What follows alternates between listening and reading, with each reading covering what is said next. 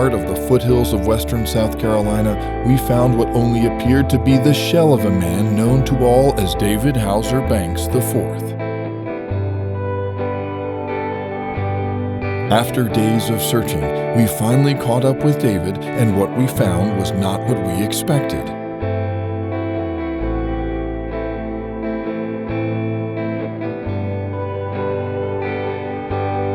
At first, it was hard to know if David even knew that we were there or if he even cared.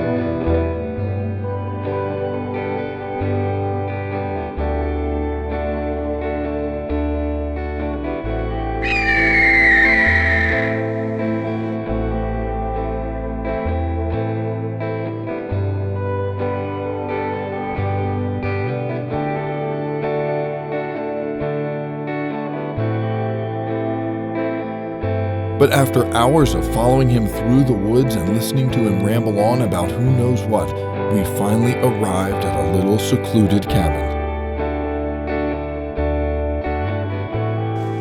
As we sat down to interview him, we quickly learned that his stories would lead us down a rabbit hole of tales that were neither true or in touch with reality. I like Eddie Vedder's style of drinking from the wine bottle, but I don't like wine. I feel healthy when I'm asleep. Michael Caine, Spielberg, Danny Ocean, Which David, Tom Cruise, Prince. He said I had an ego problem. We got a script writer level 6, Leah Remini, Gary Busey. He was jealous of my jumping ability. Chemtrails. I'm the one with the ego problem. The filming of Mission Impossible 9. She was afraid of helicopters, though. That's what happens when you read too much Reddit. We're working on the soundtrack. Jason Alexander, Ace of Hearts. With this understanding, we decided that the only way to get the whole truth was to sit down with his father and 3 brothers and get their side of the story. Fashion, music, movies. This is no ordinary story. This is an extraordinary tale of a man who stretched out his wings from birth and soared into his 40s.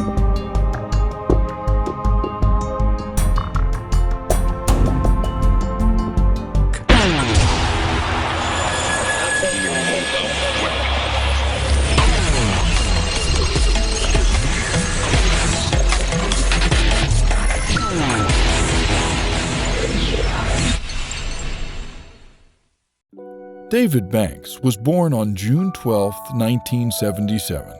He grew up in what looked to be a seemingly normal home. He had a wonderful mother who loved him.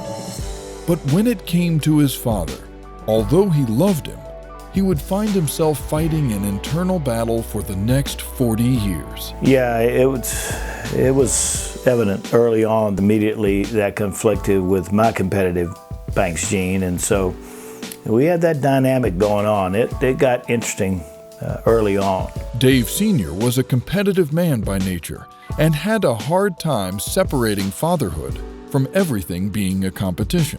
He was so competitive that he couldn't wait to breed the next generation through his children to compete against me and Ken. By the time I was born, I was about a month old, and I realized I better get on the ball. The competition level had already been raised so high with David as a 1-year-old that I knew I really better step it up quick. By the time I was born, the competition was on. David honestly didn't really care, except for when it came to the dinner table. That was even a competition. A race to get your food, a race to eat your food. And I was a little slower than the rest of them, so I ended up being the skinniest out of 4. I came along, everything became a competition. From eating breakfast to playing basketball or wiffle ball or whatever it may be. I kind of became David's little project.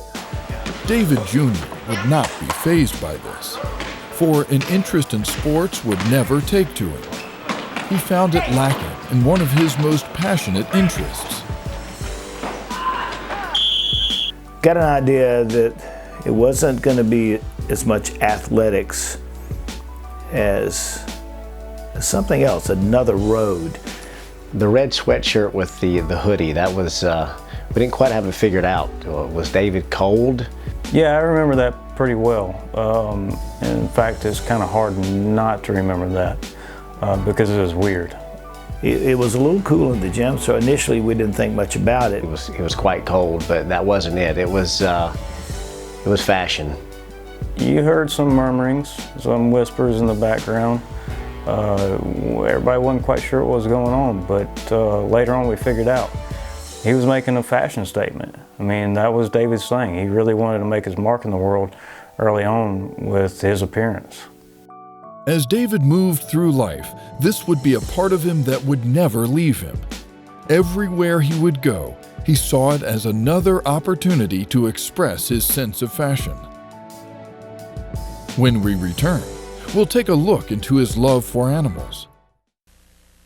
I am He-Man. Call She-Ra and me at 1-900-909-2233. We'll journey to distant worlds, explore the universe. And probably battle Skeletor along the way, huh? Probably, Orko. There's a new adventure every day. We'll also tell you how to get an action figure or this colorful poster. Part of your $2.35 2-minute call will go to local science museums. Get your parents' permission and call 1-900-909-2233. I have the power!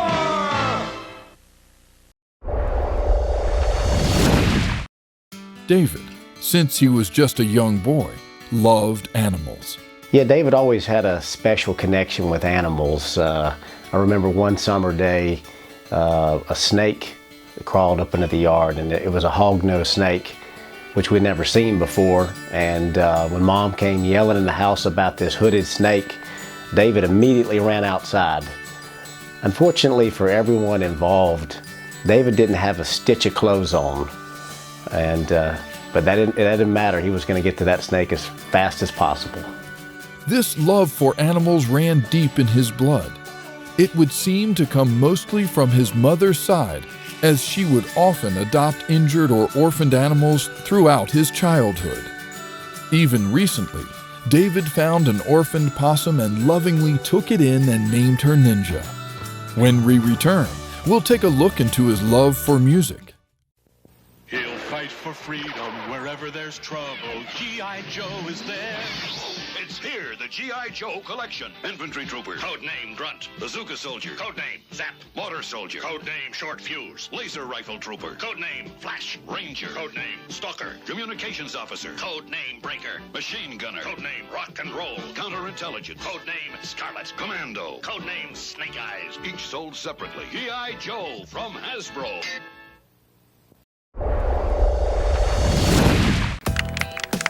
Through high school, David joined the marching band. His love for music drove him up the ladder to the acclaimed position of drum mate. Wait a minute. That was Daniel Banks. What? He turns 40 next year. How did his script get mixed up with David?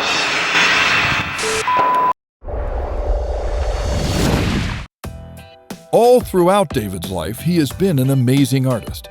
But it wasn't until high school that he got the true recognition that he deserved. David had been asked by his high school art teacher to help draw a mural for Black History Month. He accepted and drew what would become the most iconic image to ever come out of Pendleton High. It was my idea that he do Malcolm X, being one of the most interesting figures. I have to take a lot of credit for that whole endeavor, and his cult hero status really comes back to me, is what the truth of the matter. Oh man, you know, the only thing that was going through our head at the time was this major image of Malcolm X, and we just kept talking about that, me and the fellas. I mean, a couple of people was talking about like the picture of Sugar Ray Leonard, but we all agreed, you know, this guy, David Banks, I mean, he just lit up. He lit everybody up with this mural, you know what I'm saying? So David walks in the room. Everybody kind of like got quiet, you know, and me and about 4 other dudes rose up. Mr. Banks, that's what we said. Gave the man the fist salute. David was the man, we was honored him, he was our trophy. You know what I'm saying? I mean, you know, it was just an overwhelming moment. So, you know, after we did that, man, David just became our man. He was like the soul man. He was like the soul brother. So, you know, I tell you, you know, I mean, if I could recreate that moment again, I'd do it every day. Just because the pride it brought to me, you know? I mean, it was amazing. It was just amazing. David, you are the man. We knew at that point, David was a made man. He really had a new step, a new swag about him. There was a sudden shift in David's personality. The rest is history. He became legendary. As the memories and respect from high school faded, David found a new form of expression in music. You know, he was going down a road I couldn't compete. He chose a road that he could far surpass me. I think Dad saw how talented he was and knew that was a field that he wasn't going to be able to compete with David in. So he definitely pushed him away from that for obvious reasons. It was inevitable that once David left home, that his love for music would end up growing into a talent loved by many. When we return, the secret fame David had but never truly got credit for. The Transformers, more than meets the eye. Autobots wage their battle to destroy the evil forces of the Decepticons. The Transformers, more than meets the eye. The Transformers, robots in disguise. Attack the Autobot commander! Call in a Decepticon leader! Transformers, more than meets the eye. The Transformers, from Hasbro. During his years at the Art Institute of Atlanta, David moonlighted as an independent film actor. He starred in films such as Untitled and Vedas. He got a chance to star in some short films that his brother was producing, and the acting in those films was... The acting was horrible. Yeah, he poured his heart and soul into those acting jobs, and you could tell he felt like he had a strong following, a strong fan base after that, but it really had just all gone to his head. These films would go largely unnoticed until this episode of Behind the Music aired and causes a sudden spike in request for them to be re-released. As his fame and meager fortune started to rise, his sleeping habits began to fall. People used to think I had a sleeping disease. You know, he gets this idea, he's got this rabid fan base that he has to avoid. And so he ends up, in avoiding this fan base, sleeping in all these odd places and so forth, until he got to the point where he spent 6 months on my couch. With millions of imaginary fans and paparazzis chasing him daily, David's attempts to hide from the public quickly became taxing to his body and mind. He would often find himself sleeping in the strangest places. Yeah, we never knew where we were going to find David sleeping. He talked about these fans that would be constantly calling him, knocking on his door, paging him, you know, stuff like that. But I mean, really, we never saw him, but he definitely slept all over the place. No, there weren't any fans. His sleeping habits just got all messed up. In fact, one time we went camping and he woke up in the neighbor's campsite, sleeping on their lawn chair. And when he looked up, there was a camper there, and in the doorway were a mother, a father, and 2 little children looking at this creepo sleeping in their front yard. They didn't know what to think of him. When we return, we'll take a look into his love for music. Drew, I thought you went through this already. That was Daniel.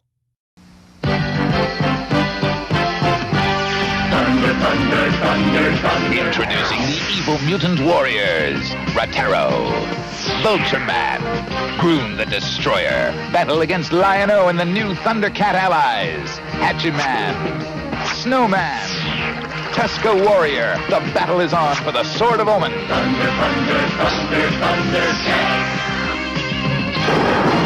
Figures and vehicles each sold separately from LJN.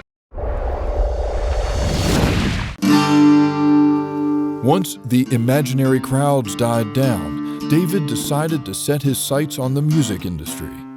Even though he never was a dorky drum major in high school, he did teach himself to play the guitar and sing. As he displayed his musical talents on YouTube, a hard realization struck him. He knew he was good.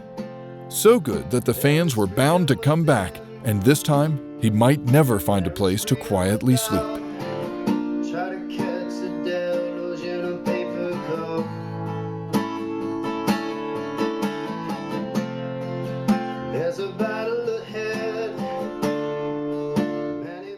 There was definitely some real talent there, and at that point the only real concern was that there might be real fans this time.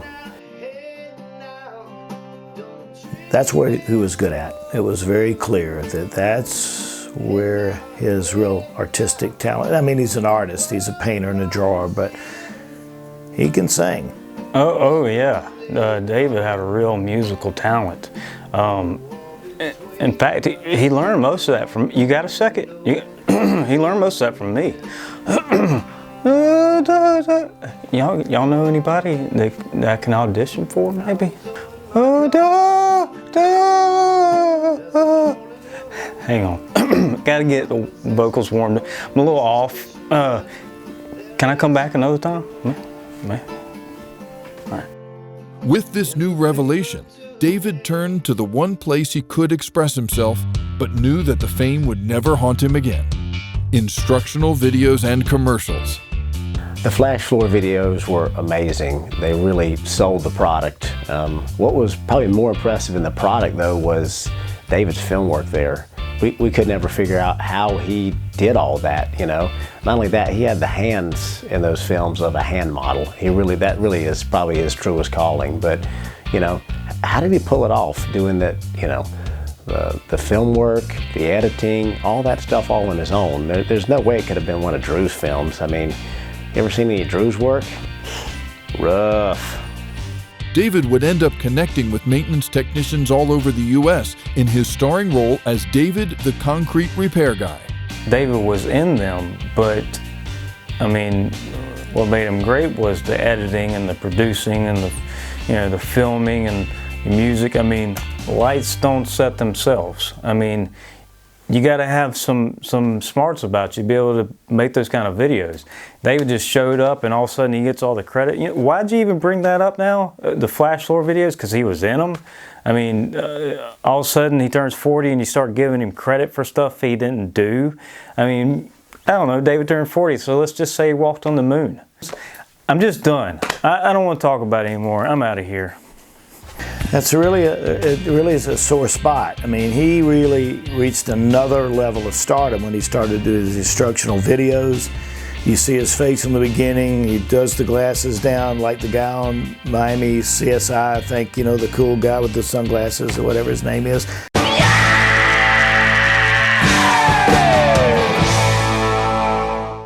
before you know it, he's got these contractual agreements that we can't afford him anymore. But we've got to do more videos. So here I am doing most of the work in the new videos, getting dirty, doing the actual work. But whose face is on those videos? I didn't know it until later that he would still get credit for those because of the contracts. He still does the cool look with the glasses coming down, even though it's me doing the work on the videos. Yeah. So I don't even know why you bring up the flash floor stuff. I mean, that's me. That's not him. That's me. You know what? I've had enough of this stuff. I'm up to here with it. Unfortunately, we were unable to get David Sr. or Drew back into the studio to finish their interviews. Ultimately, it brought our filming to an end and left the mysterious life of David Hauser Banks III partially told.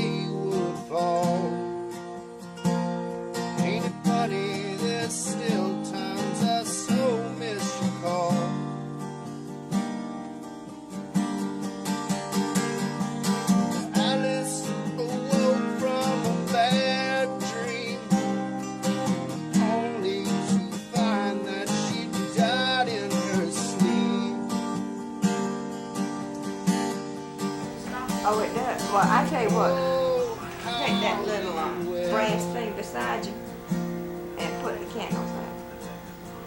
But there's still time to tell you the secrets I kept. I got my driver's license. Was that hard to get? No, but I've taken a fairly decent picture. Yes, and I did. For a change. Good.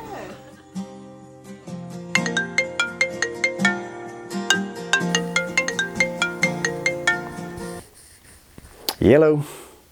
Hey, Dabo, how's it going? Good, man, good, man. Just busy right now doing a documentary about David Banks. Yep.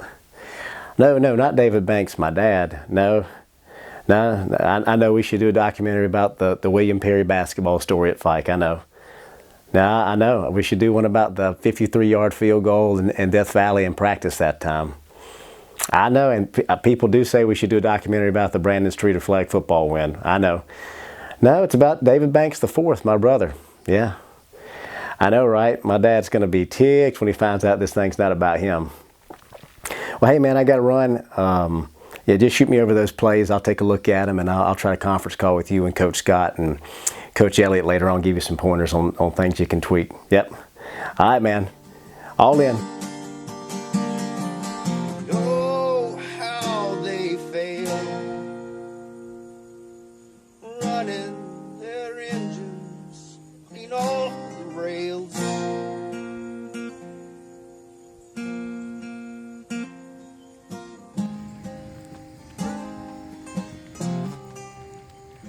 What's up, David? Happy birthday. Happy birthday to you. Happy birthday to you. Happy birthday, you 40-year-old. Happy birthday to you.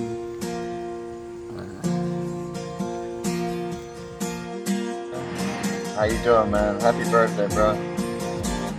Dude, I couldn't escape from Cali to get out there for it, man, so hope you have a good one, man. Miss all you guys, man. Live life. Love it, alright? Happy birthday, David!